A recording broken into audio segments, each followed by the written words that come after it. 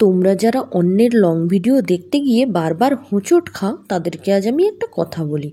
তোমরা যদি অন্যের লং ভিডিও না দেখো তাহলে তোমরা যখন একটা 3 মিনিট বা 4 মিনিটের লং ভিডিও দেবে তখন তোমার ভিডিওটা কে দেখবে বলো তো? সেই তোমরাই আবার বলবে যে এই প্ল্যাটফর্মে কাজ করতে গেলে কিন্তু একে অপরের পাশে থাকতে হবে, না হলে কিন্তু আগে এগানো যাবে না। আবার তোমরাই যখন কেউ একটা লং ভিডিও দেবে তখন সেটাকে স্কিপ করে 3 সেকেন্ড দেখেই চলে যাবে। জানো তো একটা সেটিংস আছে, ভিডিওতে গেলে দেখা যায় কজন 3 সেকেন্ডস দেখেছে আর কজন 1 মিনিট দেখেছে। তখন দেখবে 1 মিনিটের জায়গায় 30 জন বা 40 জন, তার থেকে বেশি কিন্তু কেউ দেখে না। তার মানে কি বোঝা যায়, আমার প্রোফাইলে যে এত মানুষ আছে তারা কিন্তু কেউ আমার ভিডিওটা 1 মিনিট পর্যন্তও দেখার ধৈর্য দেখাতে পারছে না। সবাই 3-4 সেকেন্ড, বড়জোর 10 সেকেন্ড দেখেই ভিডিওটাকে একটা কমেন্ট করে ছেড়ে দিচ্ছে। তাহলে তোমরা যখন একটা লং ভিডিও দেবে তোমরা কিভাবে আশা করো যে সেটাই ভিউ হবে? আর আমরা যারা এই হ্যান্ড এমব্রয়ডারি প্রফেশনটা নিয়ে কাজ করতে শুরু করেছি তাদের জন্য তো প্রচুর ধৈর্যের দরকার। ধৈর্য না থাকলে তো এইসব কাজ করা যাবে না বন্ধু। কত ঘন্টার পর ঘন্টা কাজ করলে গিয়ে একটা এমব্রয়ডারি কমপ্লিট হয় তোমরা তো সবই জানো। তাহলে তোমরা লোকের ভিডিও দেখতে গিয়ে, অন্যের ভিডিও দেখতে গিয়ে এত অধৈর্য কেন হয়ে পড়ো? এত অধৈর্য হলে কি চলবে?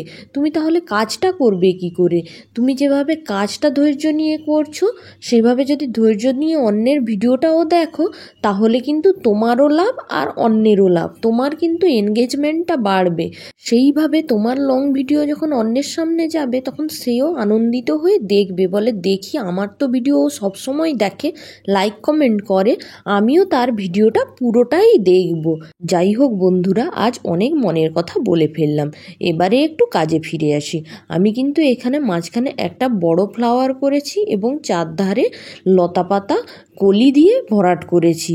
আমি ব্ল্যাঙ্কেট স্টিচ দিয়ে কিন্তু এখানে পুরো পাপড়িগুলোর কাজ করেছি। প্রথমে একটা লেজি ডেজি স্টিচ দিয়ে একটা ফ্লাওয়ার করে নিয়েছি এবং তারপরে ব্ল্যাঙ্কেট স্টিচ দিয়ে ফ্লাওয়ারগুলোকে বড় করে বিনুনির মতো করে নিয়েছি। দেখো কতটা দেখতে সুন্দর লাগছে। তারপরে পাপড়িগুলো যাতে এদিক ওদিক না চলে যায়, বেঁকে না যায়, সেই জন্য একটু একতার সুতো দিয়ে সিকিউর করে নিচ্ছি পাপড়িগুলো।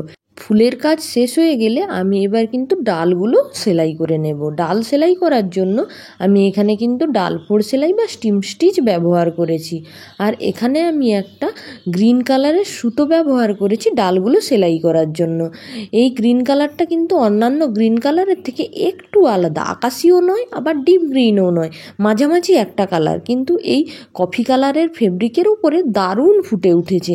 আমি তো ভেবে মরছি যে কি কালারের সুতো দিলে এই ফেব্রিকের ওপরে ভালো মানাবে। তারপরে দেখলাম আমার কালেকশানে এই সুতোটা আছে যেটা এই ফেব্রিকের ওপরে দারুণ মানাচ্ছিল, তাই এইটা দিয়েই আমি ডালপালার কাজগুলো করে নিলাম। এইটা কিন্তু নর্মাল জামা কাপড় সেলাই করার একটা সুতো ছিল, আর এই সুতোটা আমি 3 তার নিয়ে ডালপালাগুলো সেলাই করে নিয়েছিলাম। এরপরে ডালপালা সেলাই শেষ হয়ে গেলে আমি কিন্তু ফ্রেঞ্চ নট দিয়ে নেব। এই প্রথম কিন্তু আমি সেট সুতো ব্যবহার করলাম কোনো কাজ করার জন্য।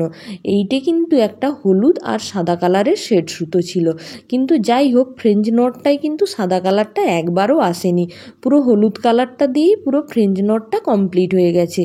এরপর ফ্রেঞ্চ নট কমপ্লিট হয়ে গেলে আমি কিন্তু একটু কলি করে নেব।